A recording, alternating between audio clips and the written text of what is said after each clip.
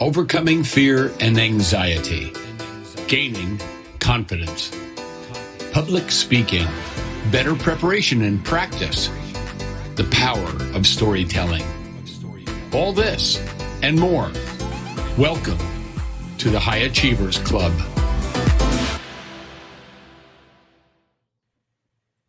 Hello indeed, welcome to the High Achievers Club and welcome to our live today with myself, Andrew Sullivan, and these amazing panel of experts, Harriet, Bratt, Rob Holman, Ernold Van Bueren and Sharon, Shannon the Faith Coach. We are all here today to help you with your public speaking and presentations.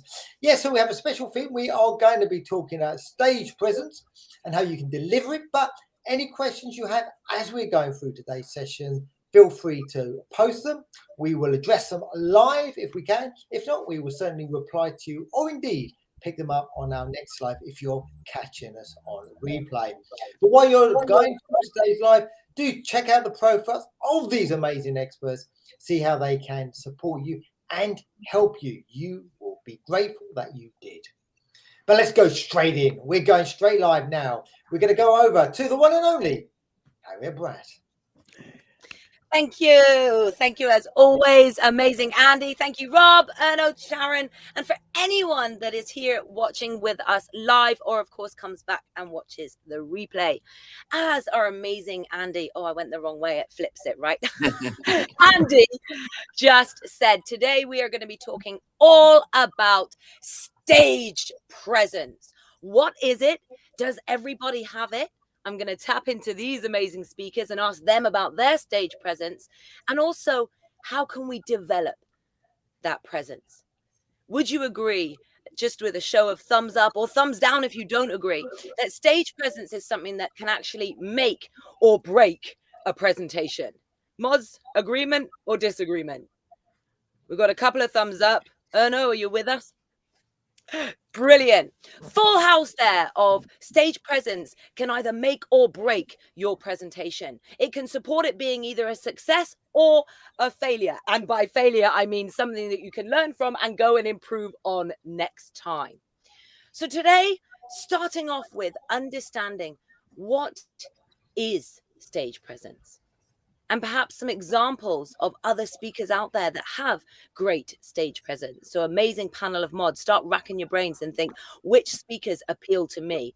Who do I see on stage? Maybe it's a speaker, maybe it's a comedian, maybe it's a performer that has such outstanding stage presence. They just need to be mentioned as an example here today. But just to start off with, what is stage presence? For me personally, it's that deep knowing, that total confidence in who you are, and then the ability to show up as that in every moment, to have complete relaxation in yourself on stage. I'd like to go, all of these mods have great presence. Someone I resonate with very much is, I've got a little bit of an echo. So much presence, I'm reverberating back on myself here.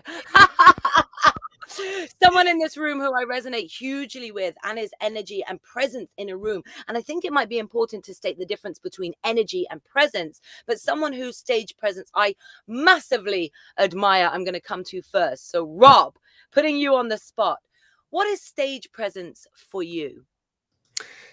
Thank you, Harry. It's a wonderful question. And I would have to say, I totally agree with what you just shared. And I'll put it in my own words, being comfortable in your own skin, being free to be you. I think the most amazing, brilliant speakers, communicators are one that just operate out of a place of liberation. They may not be the most seasoned communicators as it relates to delivery. There could be some of that for sure, if not a lot for some. But they just know who they are. They operate, they function, and they communicate out of that place. Now, here's what happens when someone is free to be themselves.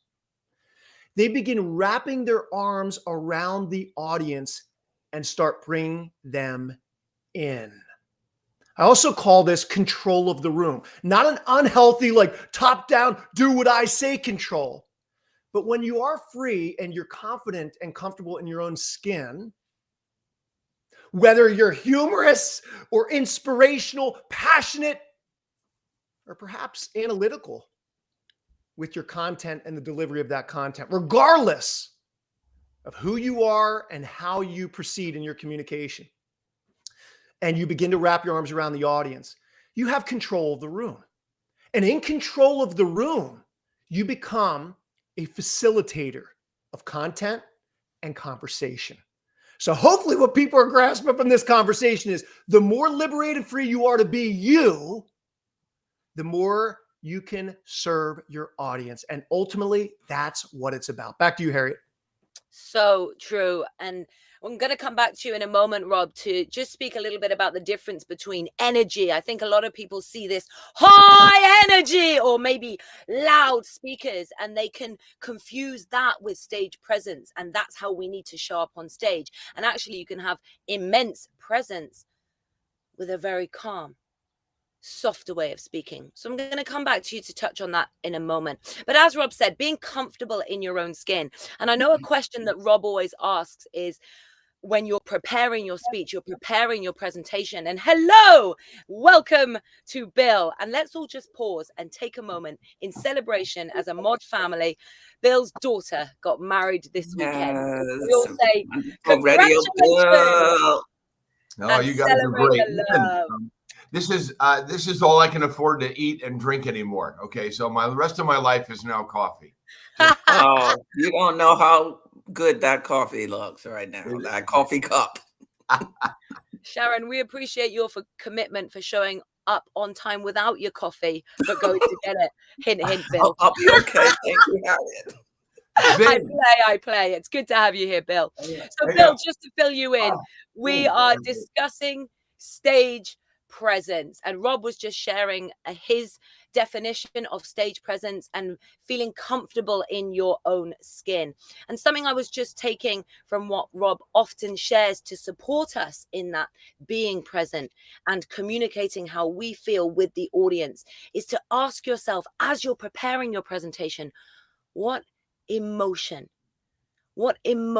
do I want my audience to feel? Because as individuals, as humans in this physical existence, we have a variety of emotions. Do you want your audience to be motivated in that moment, inspired, entertained, and laughing? What do you want your audience to feel? And we can tap into that emotion. And again, being comfortable with that emotion ourselves, the audience are very often in the same state that the speaker is in. So thank you for sharing that, Rob. Ernold, with your dapper new haircut, what does stage presence mean to you? Genuine, being genuine. And the reason why I'm saying this is when you're on stage, people can see if you fake it or not fake it. And one of the let's say examples is I'm like, well, let's say as an IT guy, I wasn't in that time really energetic, and what I did is try to be that energetic person, and people thought like, what is he doing? He was like, you are just messing up this whole presentation. So what I've learned during the years is not just be me, but with some, let's say, be more energetic in a genuine way.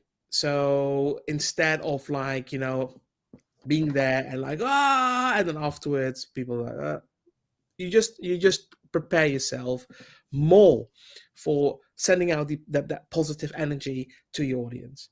So for me, it was a journey. I'm not going to say this happened overnight, but the positive energy, when you get more comfortable with that by sharing your energy with your audience, it's going to be so much fun. But your audience is going to interact with you as well. You see the smiles, you're literally pumping energy in your audience. So let's say the person who got a rough day, you can make it so positive that person totally change his mind and say like, whoa. So you're giving a sort of like, what I think is really, really important is when you are on stage and having that kind of presence, that you share your energy over other people. Maybe I'm talking a little bit holistic or whatever they call it, but it's so important that when you are sharing your energy, positive energy, your genuine energy,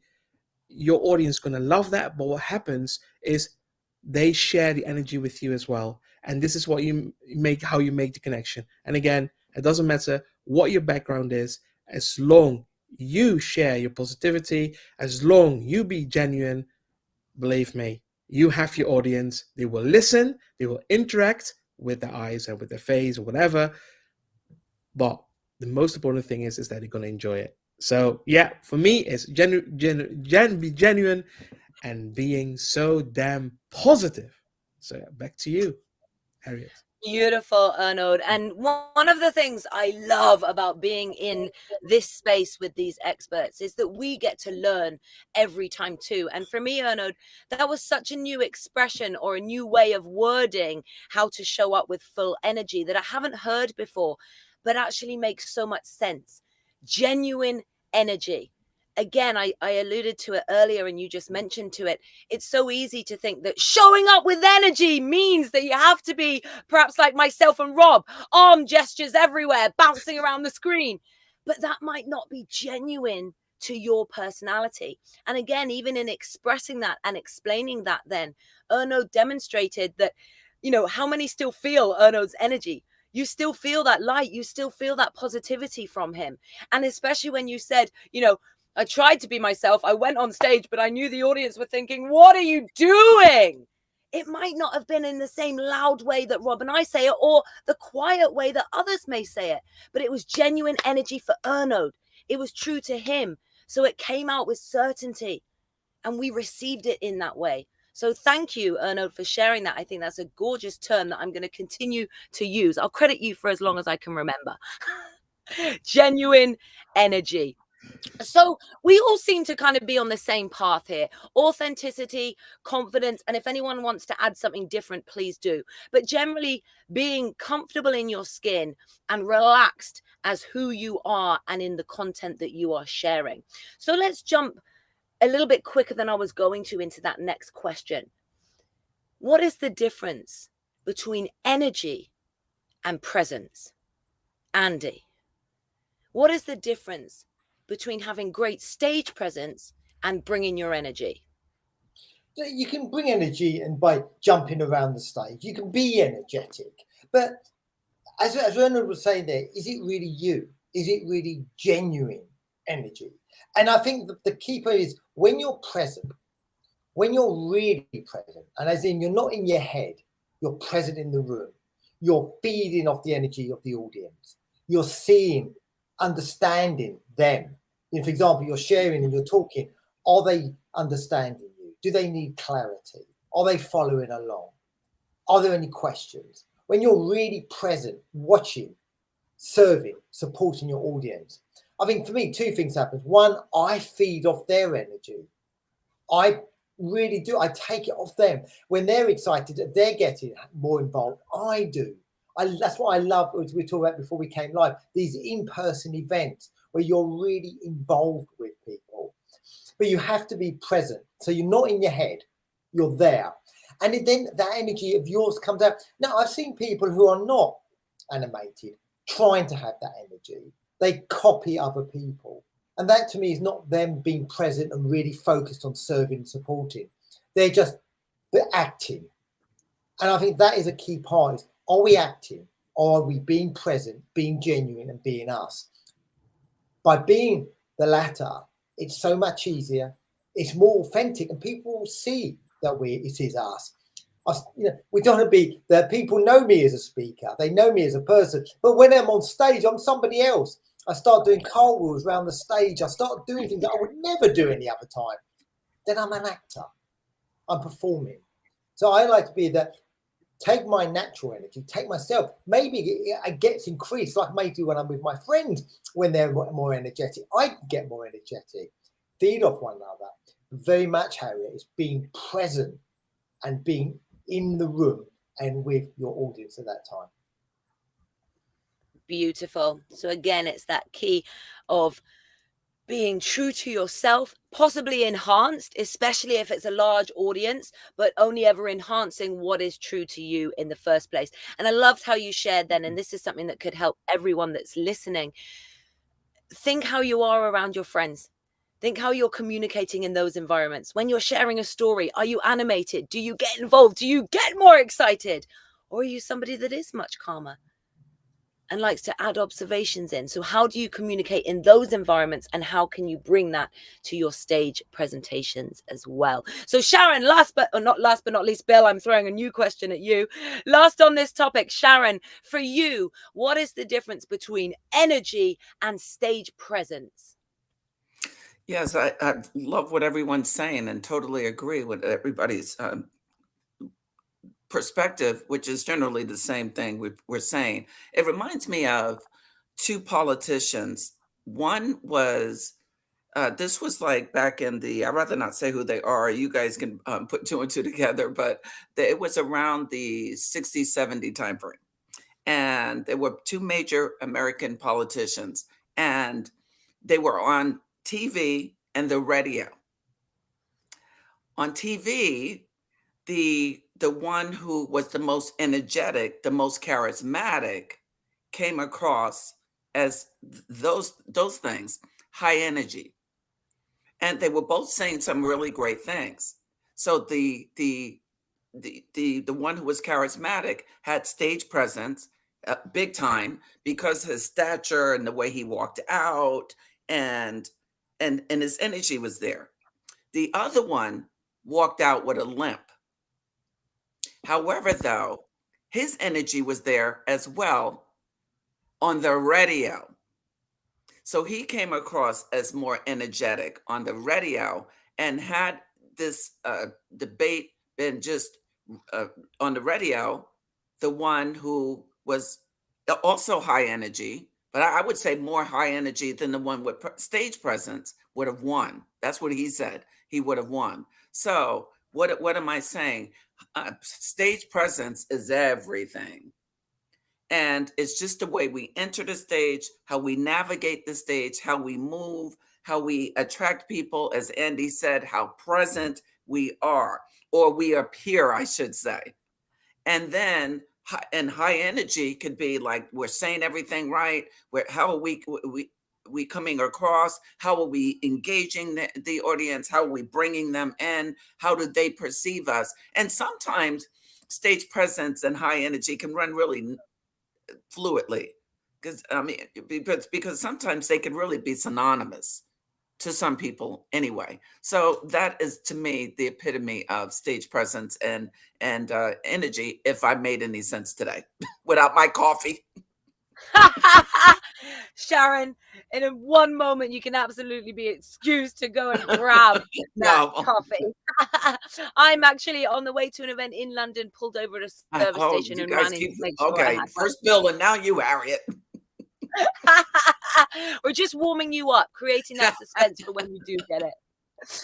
I think Sharon, and again, all of these mods can have such great stage presence. And Sharon, for me, especially when she shares her quotes, brings such presence and energy and character, charisma. These can be branches of that stage presence. But did you hear even the stage presence is everything?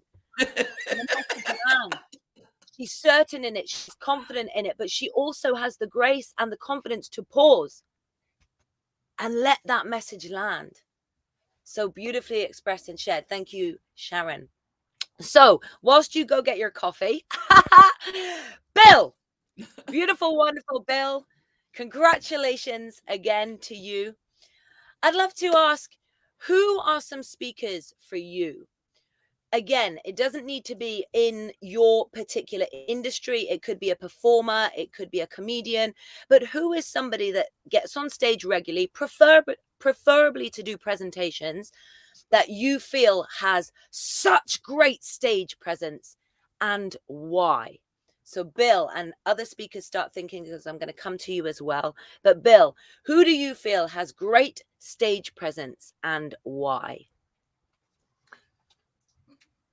That's really interesting, because you cut across so many speeches and addresses that we've heard before.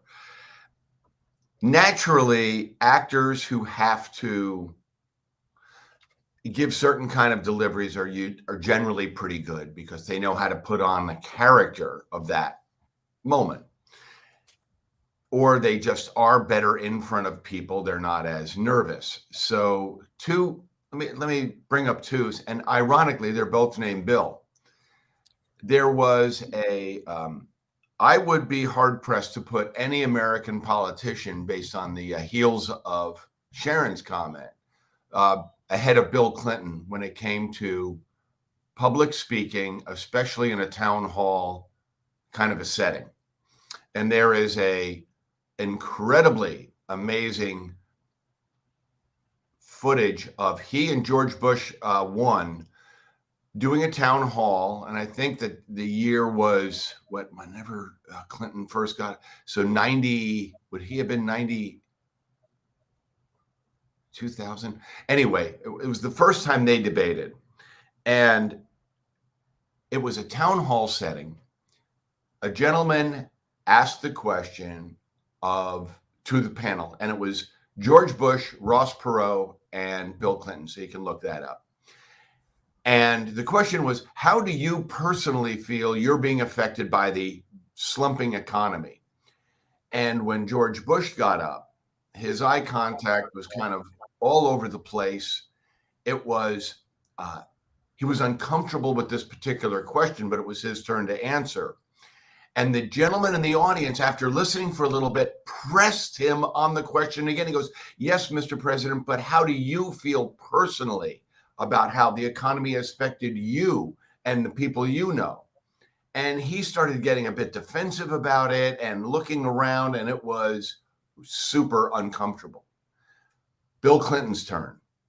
Stands up, walks across, gets comfortable body space, not too close, not too far, looks the person in the eye and begins to systematically and courteously answer the question he's asked. And it started with something like, look, in my state, which was Arkansas, we have an X% number of poverty, whatever he said. And he said, so we see this economic impact each and every day, right down to storekeepers that I've known and grown up with. And it was just a beautiful answer. And his eye contact was so good. And everyone has ever said, if you ever want to see a master of eye contact, watch Bill Clinton. So he strikes me. If you could pick up those kind of speaking and the connectivity that he gets, that's fantastic. You can hate his politics and everything else. That's irrelevant. It's all about this particular moment. The second thing I wanted to just bring up, another Bill, is Billy Crystal gave a eulogy at Muhammad Ali's funeral. You can look that up too. And it is absolutely one of the best eulogies you'll ever hear. It was poignant. It had humor where the humor was appropriate. It had gravitas when it needed. And it was just the best. You could watch the roller coaster of the whole speech move along. There were high points. Then there was sadness. Then there was joy. It was just almost as perfect a eulogy as you'll ever hear, in my opinion. And I thought those were two amazing speaking moments. So I'm sure the mods have had time to think about more, but there are two that just sort of come to me as superb political speaking with great eye contact and connectivity, and superb stage presence of picking up the moment, getting it right, being yet another speaker. He was the ultimate, by the way. He was the final speaker. So there were others before him. So he knew how to play off the people that appeared before him. One final joke. I think the Muhammad Ali funeral speeches got very long. You would expect this, right? So many people that wanted to speak, and Billy Crystal had a beard at the time. And when he got up on stage, he said, I was clean shaven at the beginning of this funeral. So, I mean, he just knows how to hit the moment, give everybody that relief laugh, and then take you on a beautiful journey of the man's life. So those are two that come to mind, Harriet. Thank you so much. And Billy Crystal, Muhammad Ali's funeral was the second one. Yes, Bill? Billy Crystal, Muhammad Ali's funeral. I wrote a blog about that a few years back because I was so impressed with it. I thought it was a great moment. Excellent. I'm going to go and watch that. I've I'll never put that heard of link- I'll put him that at link all, on so my that'll be an channel. interesting one. Thank you. Andy, for you, who is or a couple of speakers that you feel have great stage presence and why? So the one who stands out to me was actually one of my directors at a company I worked at. And it was interesting because we often think of people who have good stage presence. As we say, they're animated, they kind of tell jokes, they're really projecting their voice out. He was one of those. He didn't move much. He didn't have a great voice in there. He didn't kind of have all this tonality we often talk about. But when he spoke, everyone listened. The way he stood, the way he looked at the audience, the way he had that confidence that you could just feel the confidence. He always took the room and people always listened. That was in big presentations. Everybody listened. And even if it is a smaller event where we may be sitting around the table, again, even if people were talking and the room was getting noisy, whenever he spoke, people listened.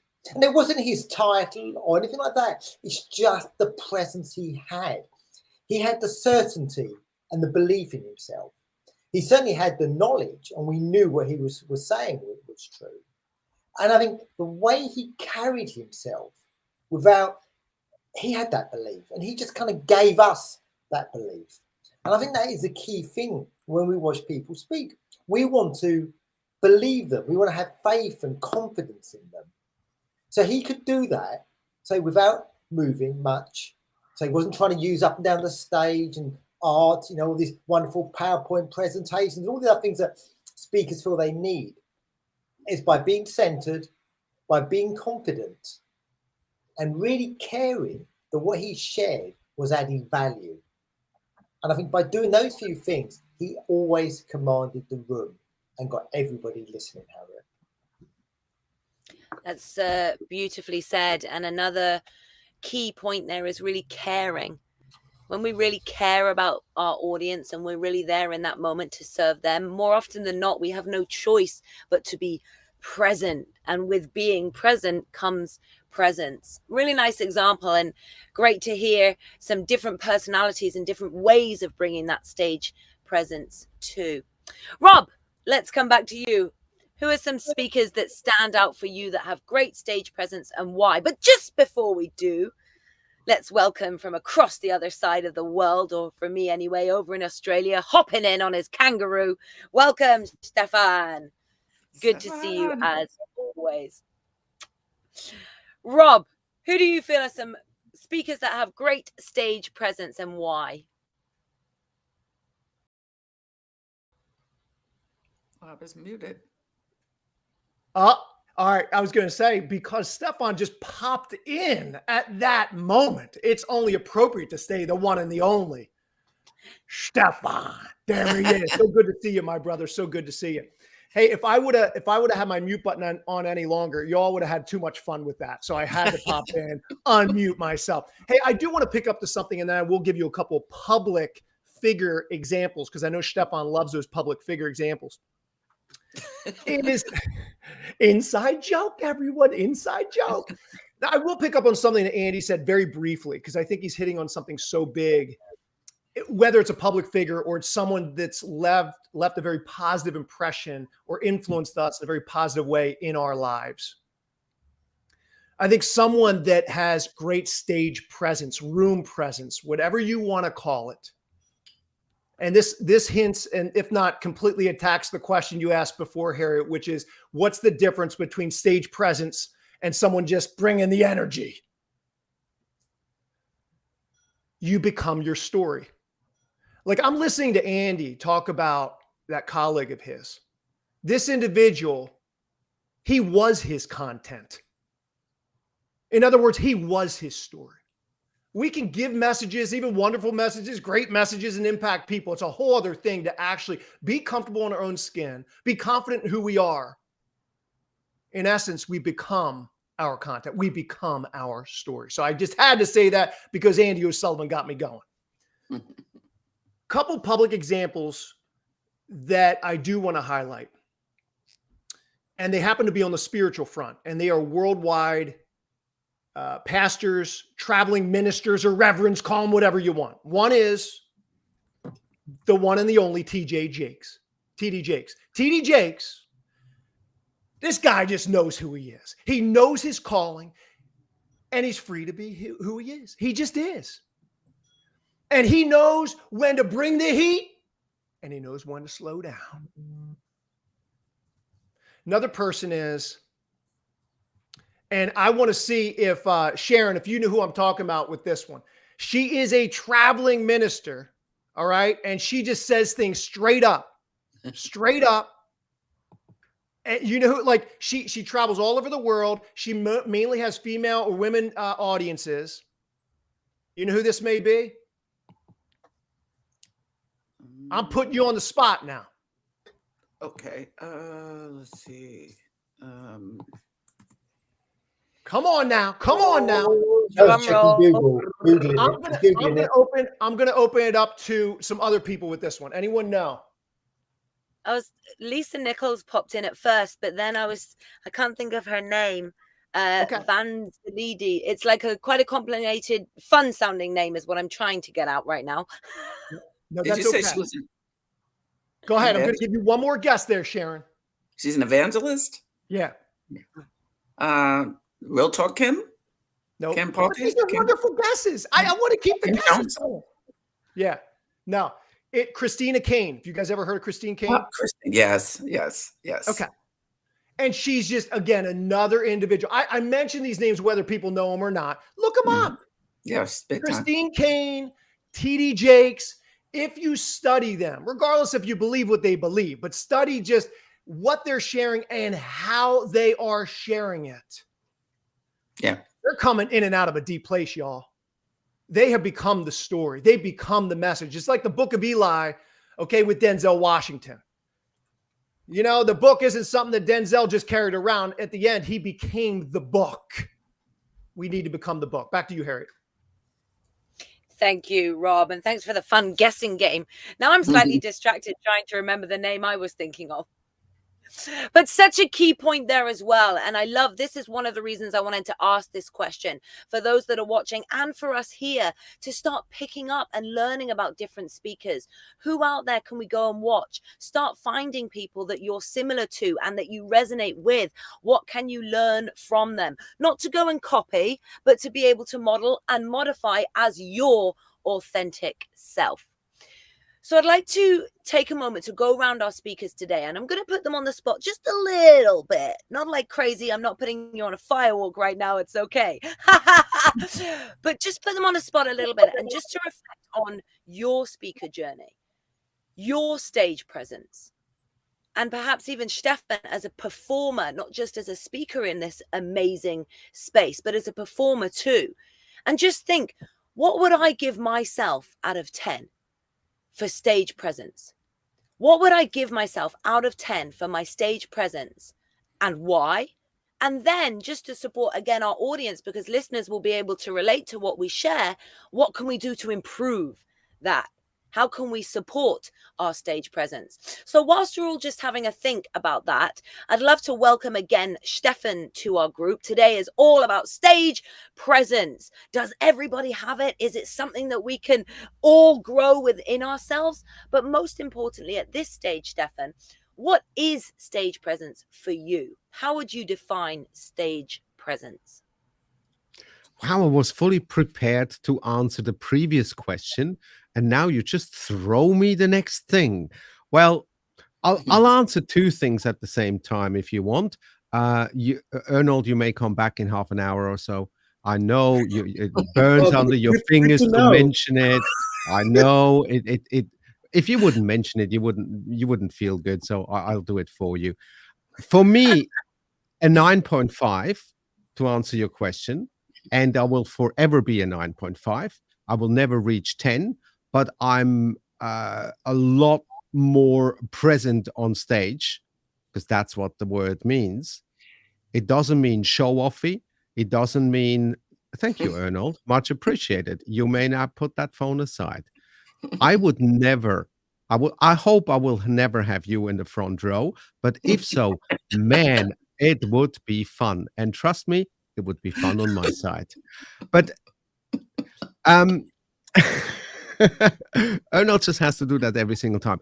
So for me, stage presence is something that I take extremely serious, because that means that I am present on stage.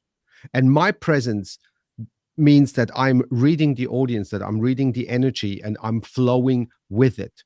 A lot of people understand stage presence as, oh, I'm in the spotlight, it's all about me, I can really, move around. And for me, stage presence means that I am 110% there to be able to guide the audience to where they take something home of meaning. And if that means that it's a serious subject, then my stage presence will be a lot more subdued, a lot more well phrased, a lot more paused, a lot more lyrical. But if the subject matter needs that energy, I'll be moonwalking up onto stage with music. So that to me is stage presence, is being appropriate and pushing the energy forward. Because I have to bring the energy, I have to guide the energy, and at the end of the day, I have to deliver the message that I have.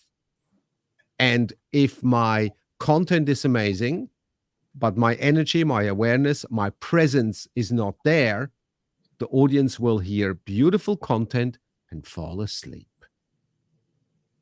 And then they don't digest it. And for me, that's the most important thing. It doesn't matter how well you cook a dish, people have to eat it.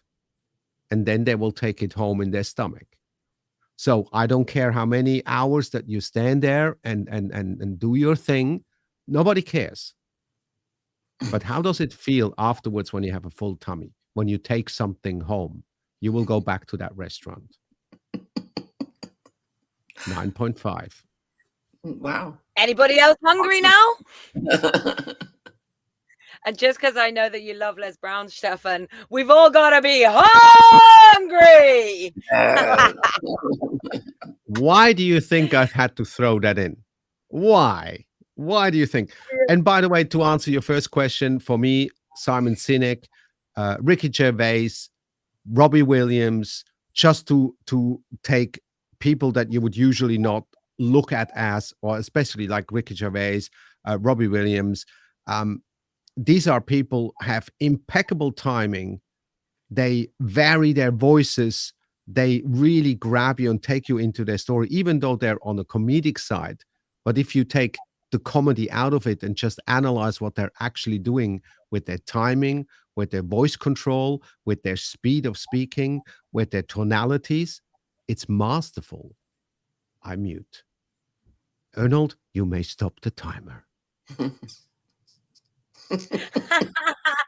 Very true. Another wonderful example of stage presence. We were all completely present, and Stefan, was present with us as soon as that camera flipped off.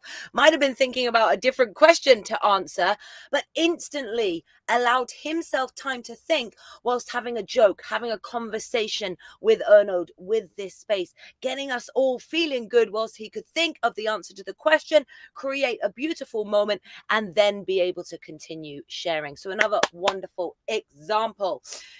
Look at this. A round of applause for Stefan. Before we come back to, as we were starting to get into there, some tips. So what can we do to support us with stage presence? And also, what shouldn't we do? What can break the stage presence in a moment? I know something we speak about in this room a lot is speakers that go up on stage or come online for the beginning of an online presentation, and they start by saying, oh, I'm feeling a little bit nervous today, or I've had a bit of a crazy day and I don't know if I'm quite ready for this. you've just dropped your entire stage presence. Now the audience is kind of thinking, oh, well, what are we listening to then? Are you nervous? Are you confident in what you want to say?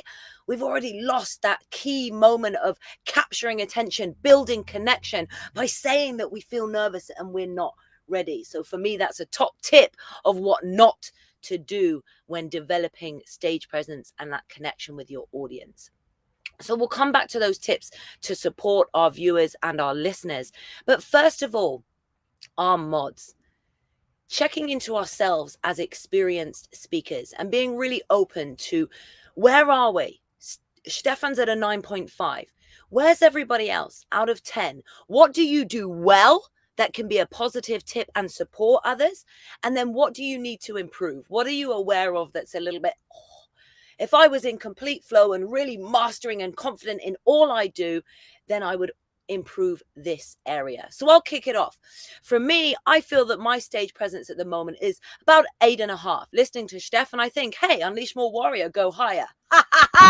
But for me, again, very much like Stefan and everybody here, I am absolutely on a journey of mastering. And I believe, in fact, I know I have great stage presence. I am able to capture the attention of that audience, whether it's in a power loud moment or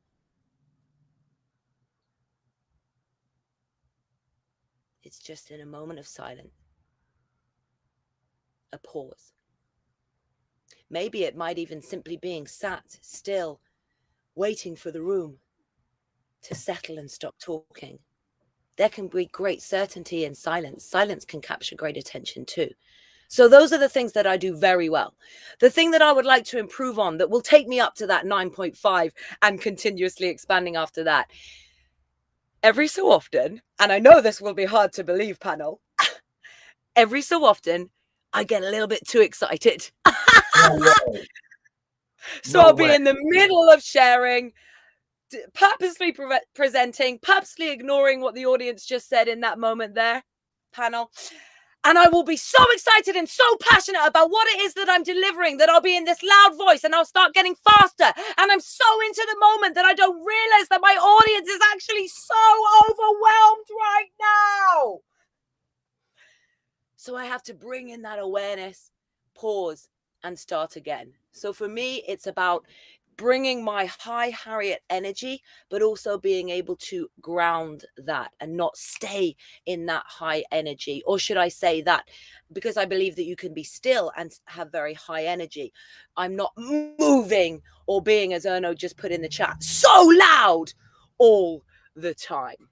So that's where I would improve. So let's just go around quickly for everybody. Andy, actually, let's go to someone who hasn't spoken for a little while. So Ernold, what would be your mark out of 10? What do you do well and what would you like to improve?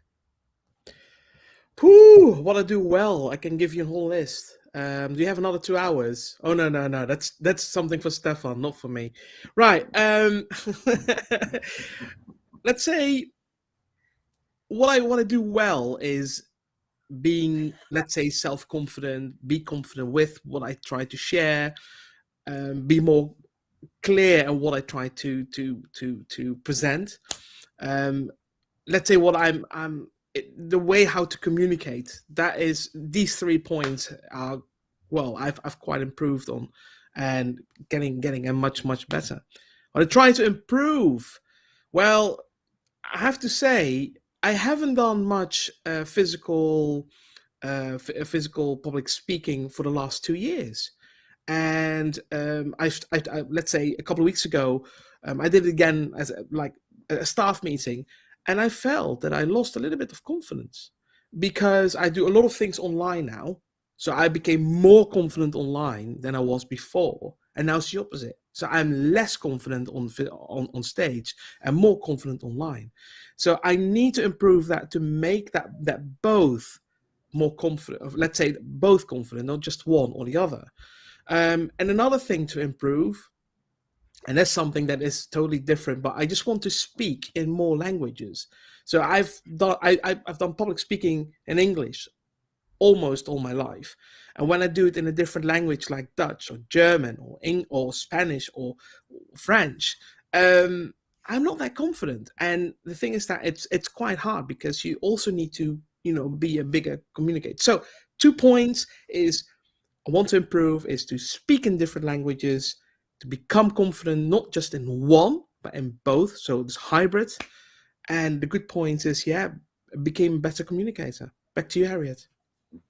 Amazing, Erno. Thank you for sharing. And if it's okay, especially with your expertise, when we come to tips on stage presence, if you could share some tips for online, having presence both online and offline as well, if that's okay, Erno. Excellent. Thank you. Andy, what would you share? Score out of 10 and then improvement area. Well, I would say, first of all, when it comes to being in person events out of 10, I would give myself 10. And I would say 10 because there's one thing I do when I'm speaking that I know for a fact that none of you do. In fact, nobody does. It's unique to me. And it is, of course, being me, right? That is what I do, right? That is a key.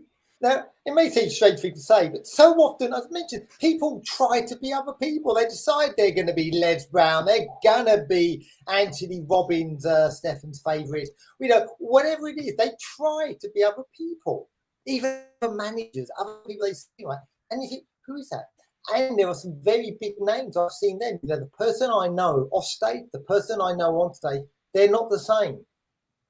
They are different people. And whenever I see that disconnect, the person on stage, the person in real life, straight away, credibility goes to me. To me, it should always be the same person.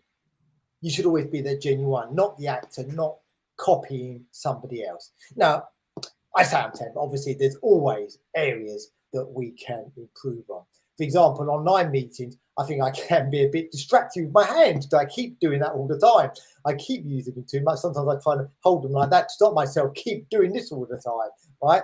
So, and online, I think because it's in that smaller little window, it's more of a distraction. And we have to be aware when we're gesturing, when we're doing anything, when we're talking, what we do with our body can reinforce the message or we can distract from the message, right? It's always different. I know when I first started, I was told, use the stage, use the speaking area. So I did. And boy, did I use it. Up, down, continually. It's all I did. Like a caged lion walking up and down, up and down. I thought, I use the stage. But, that's not the way to do it, right? It's movement, as we know, movement for purposeful movement, not just moving around. So I think it's always looking at I think everybody should be looking to improve. I'm sure even there must be something Rob can make better. Even Rob, I'm sure there's something somewhere we can find, right? And I think that's the way we grow. That's the way we succeed. I think we never, I joke, I'll say about 10. There's always something to improve on. And long may there always be something that we can keep looking and finding, Harriet. So true. I watched a fascinating interview with Usain Bolt of someone asking him what he did after he won his first world record and did he feel he could relax. And he said, are you kidding me? Did you see how much there was to improve on that race? He's just won the world record, gold medal, fastest man in the world. But his first thought, and for anyone mastering their craft, is there's always something that we can improve. Because again, something we say in this group, perfection does not exist. So yes, great share there, Andy. And again, it's that key of being yourself. So I love the 10 out of 10 of certainty in self. That's a beautiful thing to share. Sharon, I'll come to you in one moment, Stefan. Sharon, what would you share out of 10 for yourself and strengths and improvements for you? 8.5. I would say overall 8.5 because my strengths is that I think I'm a well-rounded speaker. And I use a lot of my elements of speaking and my talks. I think that's very important. I'm a teacher by trade, as you guys know. So I think we need to hit all those learning styles because there are different people in the audience. And that is very important to connect with people. What I could work on, though, is that sometimes I have things to say, and if I'm not careful, I can lose my train of thought because I have points that I want to make, And sometimes what I'll say is like, for instance, number one, and I'll tell the audience what number one is, and I won't say what number two and three are. I'll get to those, but I need to be more structured in some of my content.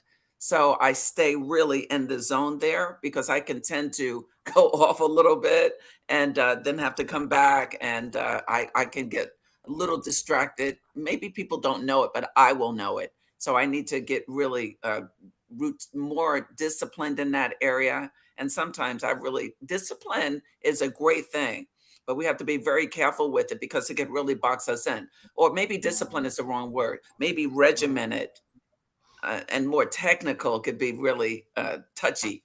And because we think we need to do everything right, walk like this and talk like this. And so sometimes I get lost in my own sauce. Another expression I enjoy from yours, though, lost in the sauce.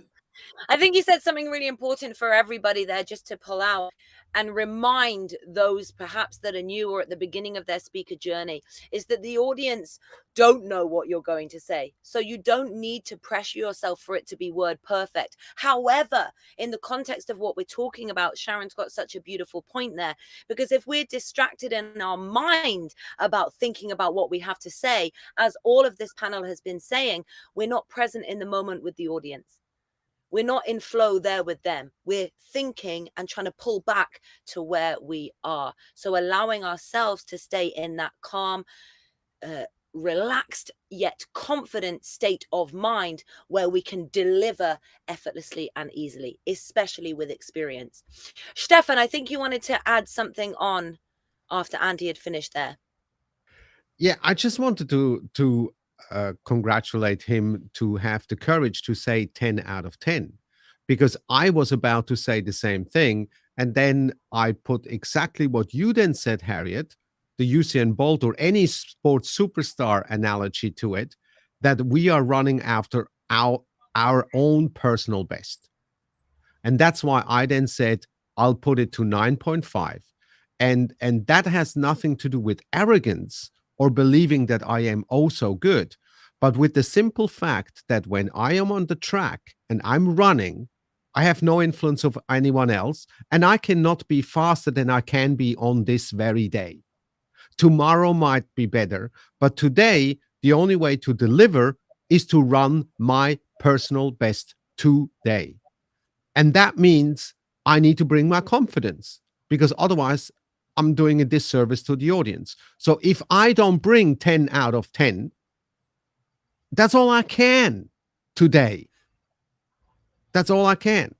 So tomorrow it will be another 10, but a better 10. And the other day it will be another 10, but a better 10.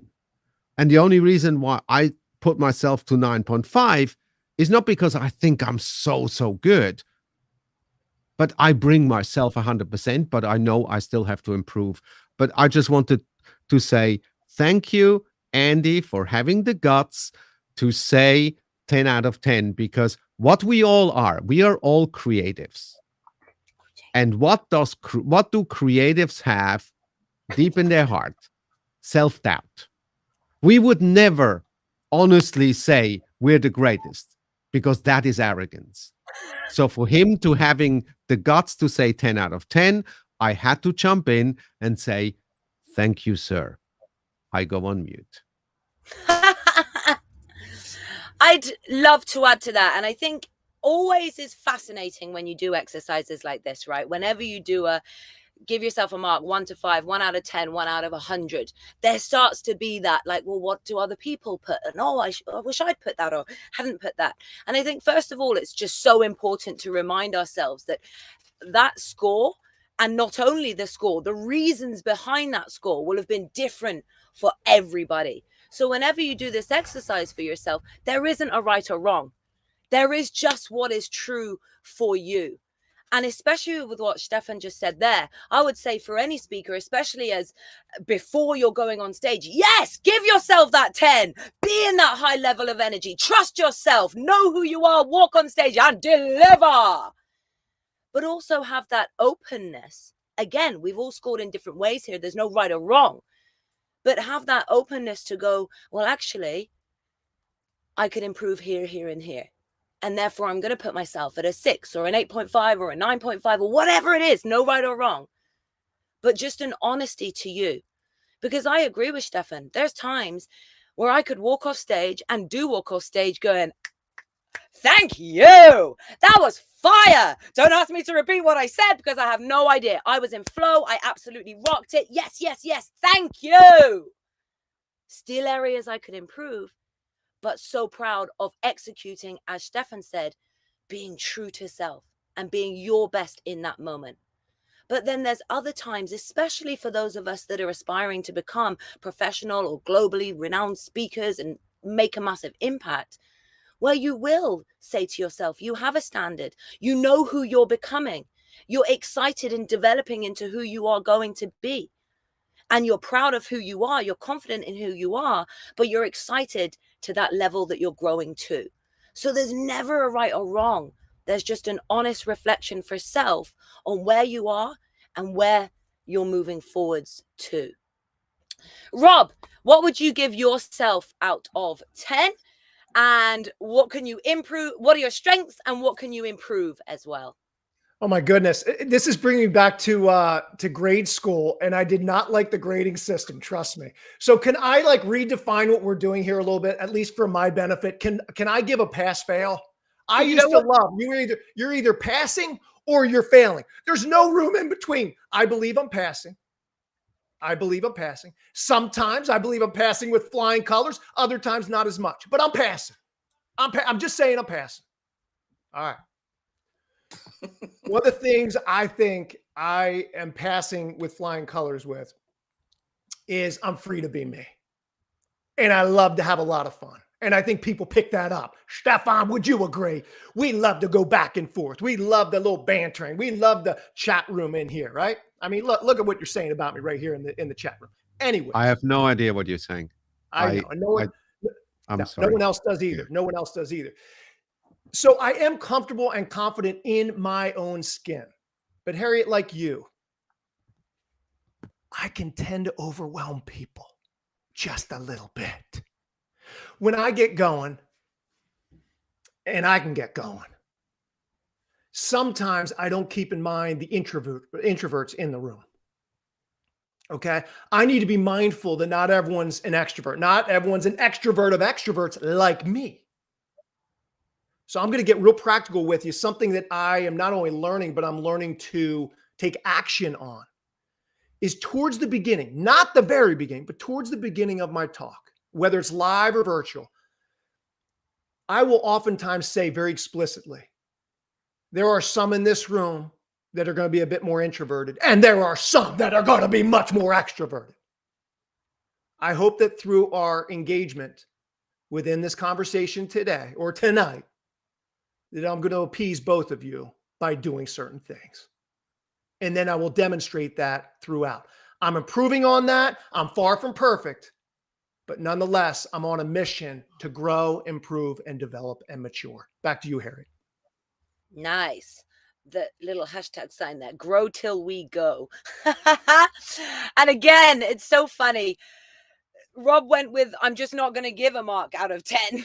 I love seeing how people respond to this exercise. But we've got Sharon in the back chat here, Rob, going, what's the overall score? And I bet there's other people that are going to listen to this who are curious, Rob. If you had to, what would you give yourself out of 10 at this stage?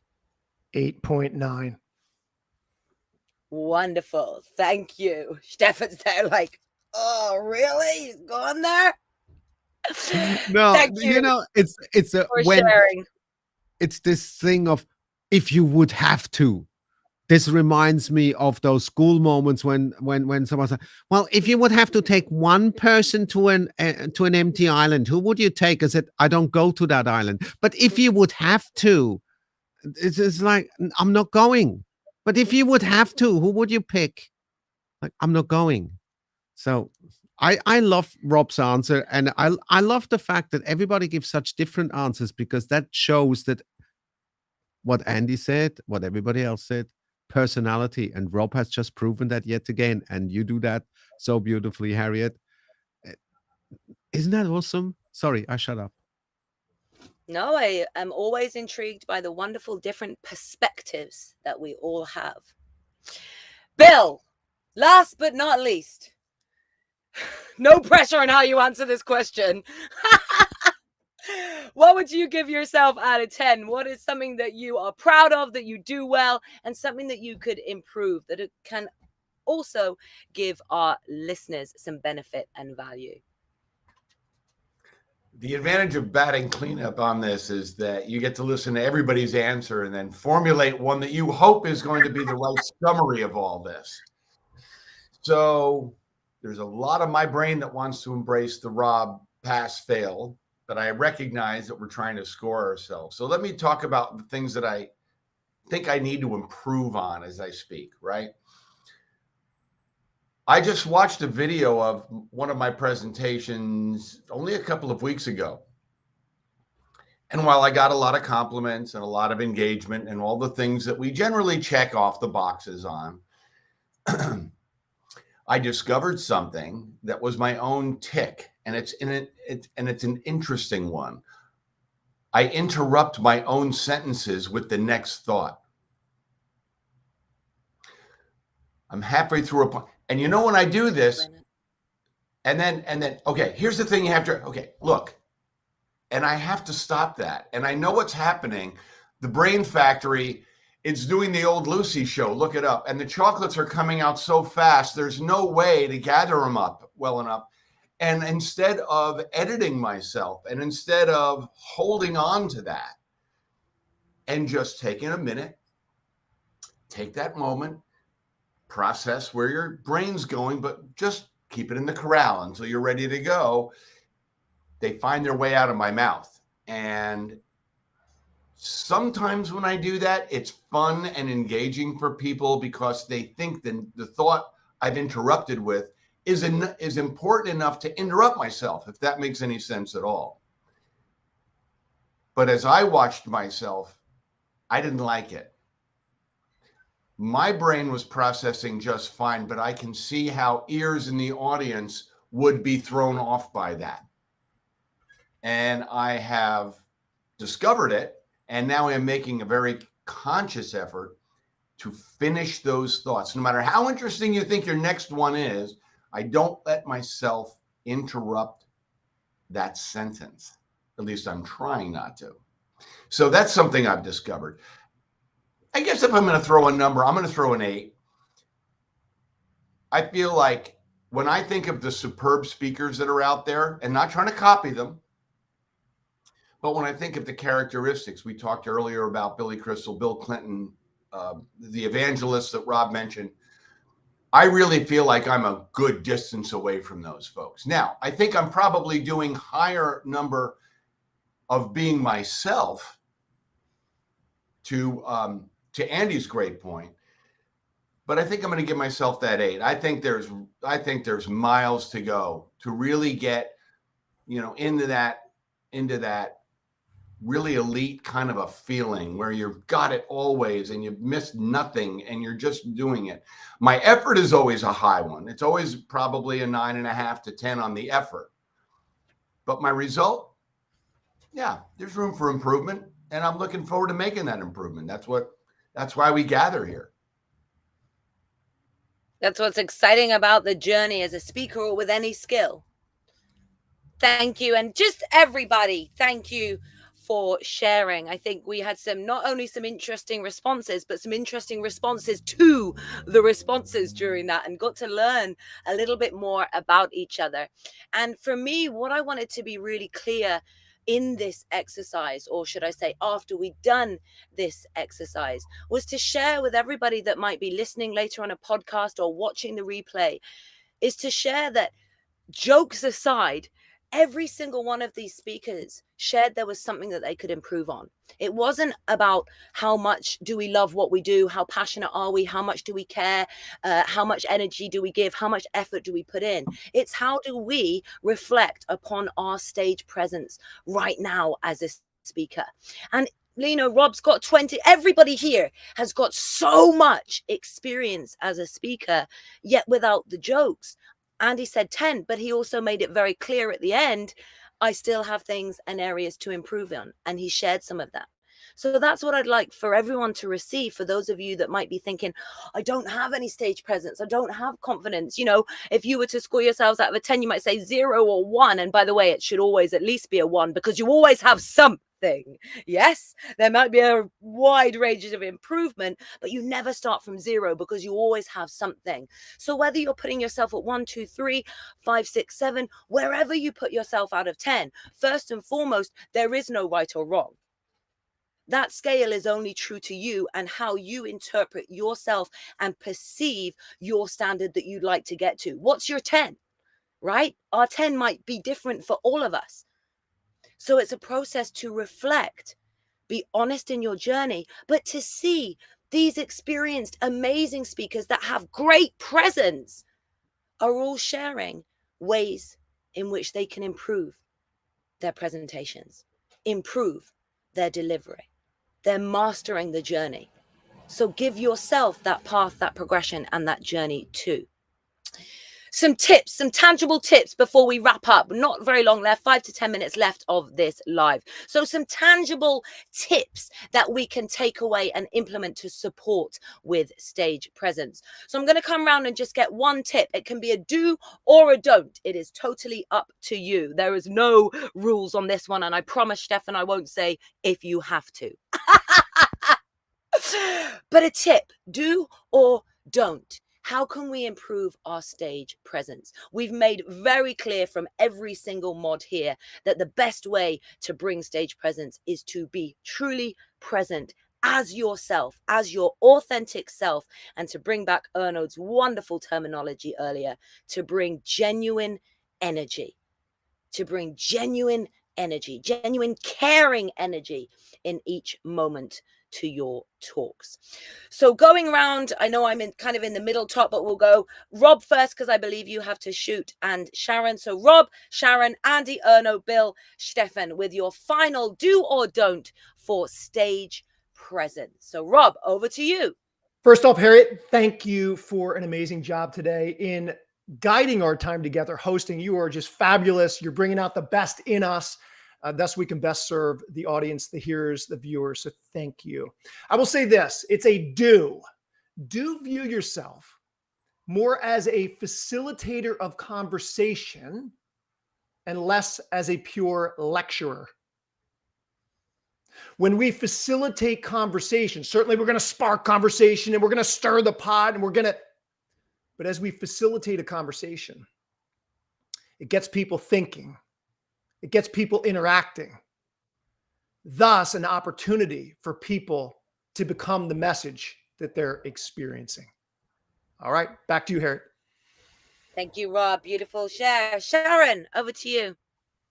Well, we didn't talk about this much today, but and always the story. Get that story in there, because the story is significant and people want us to bring who we are. We all talked about that. Just really be authentic.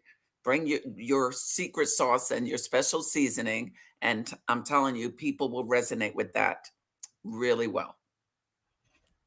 Amazing. Thank you, Sharon. Andy, final do or don't for stage present. Don't be selfish. Don't make it all about you.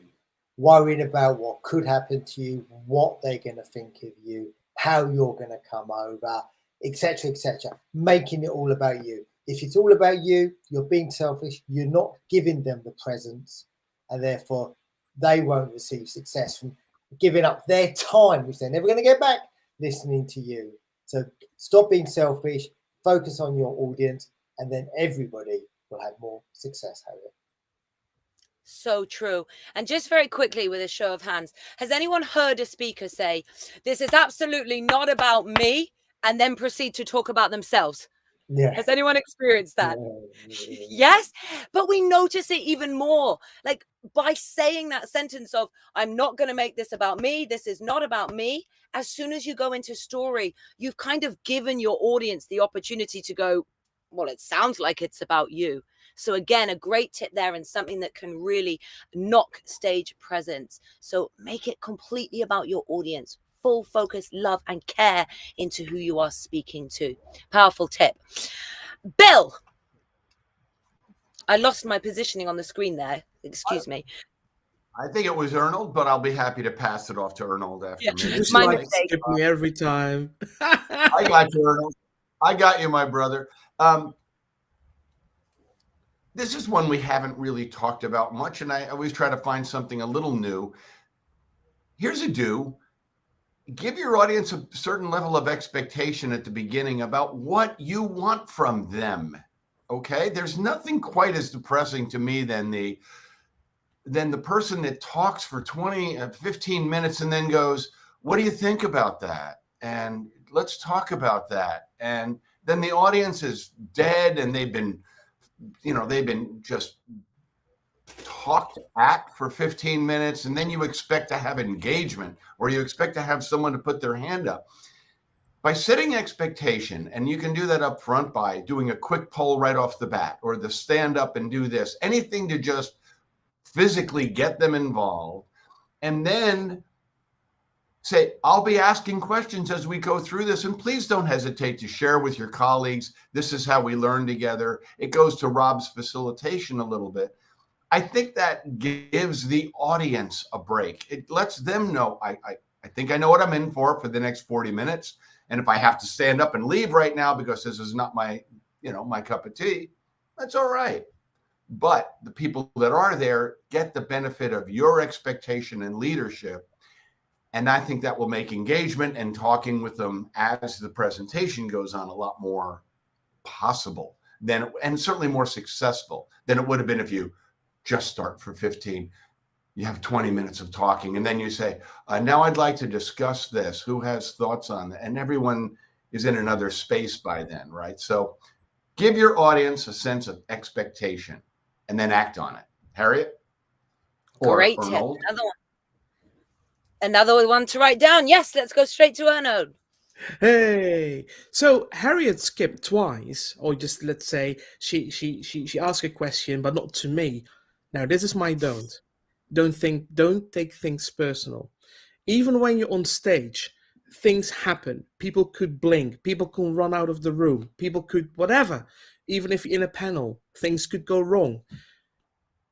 You are there to share.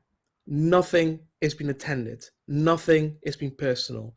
We all there to, let's say, be there to serve the audience, and we are not there to be what Andy already mentioned, selfish. So again, Harriet, all the love from me. I don't mind. I don't care. But what we did today was sharing amazing value, and that is what counts. So don't take things personal. Over to you, Harriet. Oh, I was hoping you had taken it purposely. I wanted There's to no miss time you. for that. It's so true. Never take something personally. You might want to acknowledge a moment, but don't take it personally and keep moving. Utilize the moment and keep moving with your talk. Everyone's shared, haven't they? Yes. Okay. Just to check now. But also, No, Stefan still. I think we're done. So listen, this has been great. No, poor Stefan. Oh, it's okay. We don't He's want a to pro. go personal. Don't take it personally. Oh, that's right. Oh. I will look while Harriet is having a drink, I will just jump in rudely and pretend I missed the last 15 seconds of the conversation, because that's also a very smart trick that sometimes selective hearing can be very helpful. My tip, and I will throw a mind bend into the conversation, is under the title of give yourself the credit that you deserve, which then reflects in your confidence that you bring on stage. But I bring it back to when you ask us how we would score ourselves. And when I'm saying I'm throwing a mind bend in, is that sometimes I think people put the wrong pictures in their heads.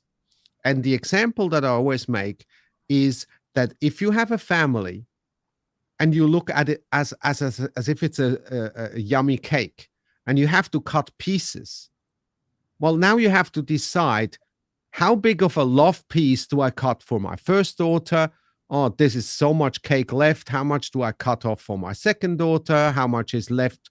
And is there at the end, there might be 3 crumbs for myself. And you know what I mean? That's the sort of the idea that we often have. And this is also how we judge ourselves. I think this is a very, very bad picture. Love and acceptance of ourselves should not be a cake. It's a sausage that goes into eternity in all directions. So you can cut off the biggest piece you want and you just move along and cut another biggest piece ever. And this is how you have to judge yourself. Because if you don't do it like that, you will always compare yourself in the what's possible. I believe that we can achieve the impossible. We can be way better than we even imagine today. But that only happens if we have endless possibilities. There is no end to this journey. It's not a cake that has to be separated and allocated. It just continues. And give yourself credit and cut the biggest piece out for yourself where you are right now, knowing that over time, that sausage will just continue. And you can have it with mustard if you like. Thank you. All done, Stefan? Are you sure there's nothing else you want to mention about this score game?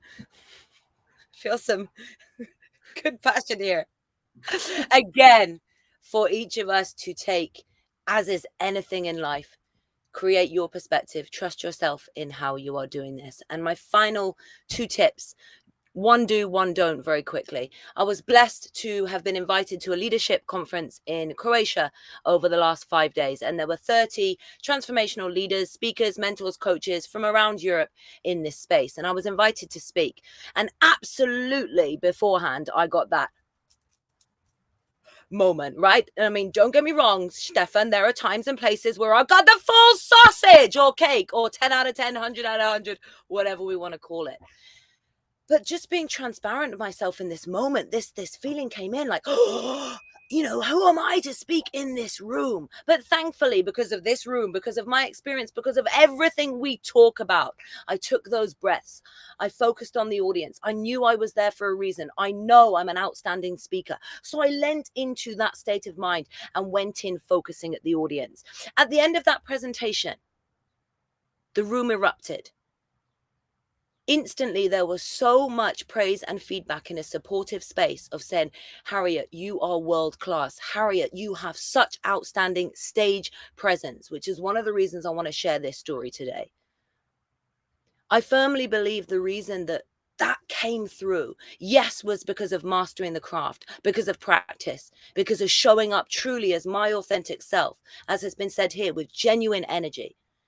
But also the openness and the honesty in vulnerability. About 15 minutes into that talk, Marie Diamond, who is a very well-known speaker in that area, made a comment. And in that moment, I allowed myself, the warrior, to have this little wobble. We're all human, right?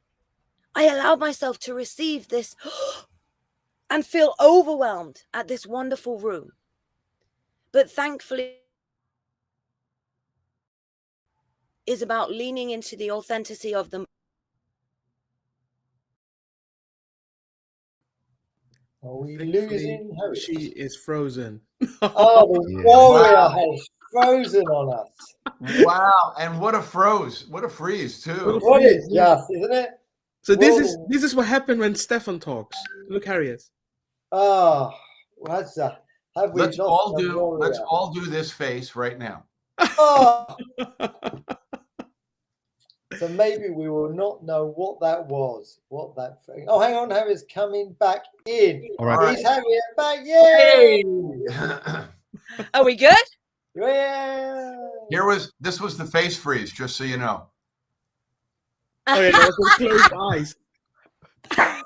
What was the moment of freeze? Where did I get to? To the last few seconds, you cut off just at the very, very end. So, but maybe for my old brain, go about 22.5 seconds backwards. in that moment, I had confidence and certainty in being vulnerable. And as we said right the way through, and the excellent tips at the beginning of this session, it's having certainty in self at that moment, not putting on a show, not putting on an act, not making excuses, but being authentic in that moment. So I took a breath and just said, please excuse me, I am so privileged and honored to be speaking here, but I'm a little bit overwhelmed in this moment, not always, but in this moment, at all of your greatness. Please just bear with me while I take a breath. Now, there's so many people that would be frightened or scared to do that because they think, oh, I'm making a mistake.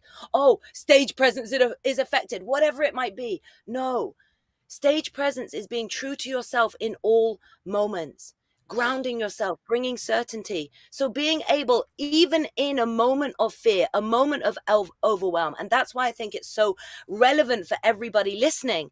Most of you are either beginning or in the earlier stages of your speaker journey, so you might feel these feelings. Own it, but use it as your strength.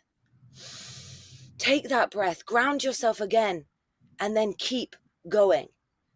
Have that certainty in self, not just when you're flying high, but in the moments of wobble, in the moments of fear. Feel the fear, and as Susan Jeffrey says, do it anyway. Feel those nerves, feel that tingling, take a breath, and authentically go out there and deliver as yourself. It is your choice in that moment where your focus goes. So on that note, I just want to say a massive, massive thank you. Is there anything that anyone wants to add before we wrap up today? Any final tips? I need to thank you, Harriet, for leading us through today's session. A pleasure. Sparked some interesting conversation. Thank you so much to all of you for being here. I hope anyone that's listening is giving you some thoughts, some tips to go out there and implement, but also some questions to reflect on to support you in improving your stage presence. Either way, big love to everybody. I hope you have a wonderful day and enjoy the rest of your week. Of course, if you have taken benefit, value, if you resonate with any of these crazy and yet amazing souls on the screen today, do make sure that you go and click on their name after this recording or on the replay. Click on their name, go and follow them, connect with them outside of this LinkedIn or this podcast, wherever platform you are listening to it, and go and connect with them for more value and expertise. Otherwise, wishing you all well and have a wonderful week. Bye-bye all. Cheers all. See you all. Take care.